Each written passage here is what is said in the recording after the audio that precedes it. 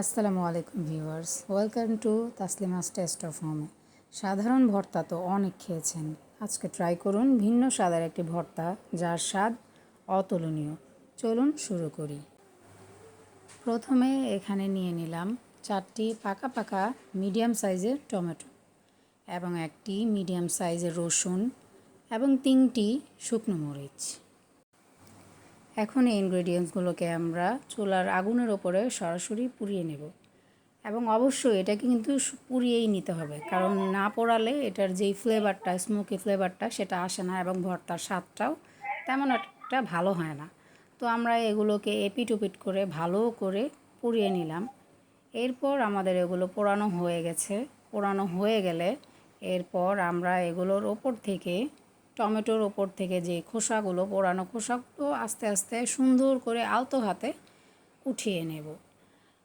অল্প অল্প সামান্য পোড়া অংশ যদি লেগে থাকে তাহলে কোনো সমস্যা নেই, কারণ এতে করে এটার ফ্লেভারটা আরও একটু ভালো হবে, খেতে আরও একটু মজা হবে।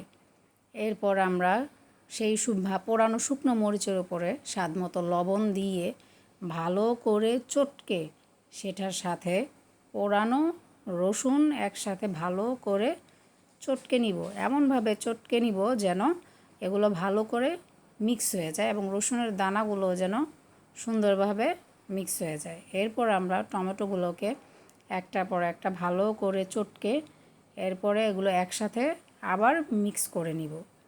এরপর আমরা একটা কাঁচা আমের 4 ভাগের 1 ভাগ গ্রেট করে এটার সাথে একসাথে মিশিয়ে দিব। এর সাথে একটি মাঝারি সাইজের পেঁয়াজ কুচি করে দিব আর ভালো করে মিক্স করে নিব।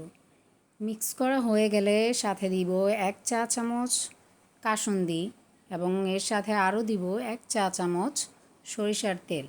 এরপর এগুলোকে একসাথে আবার ভালো করে মিশিয়ে শেষে দেব ধনিয়া পাতা। তৈরি হয়ে গেল আমাদের 10 মিনিটে ভিন্ন স্বাদের ভর্তা। রেসিপিটি যদি আপনাদের ভালো লেগে থাকে তাহলে অবশ্যই চ্যানেলটিকে সাবস্ক্রাইব করবেন এবং লাইক কমেন্ট করে পাশে থাকবেন। আল্লাহ হাফেজ।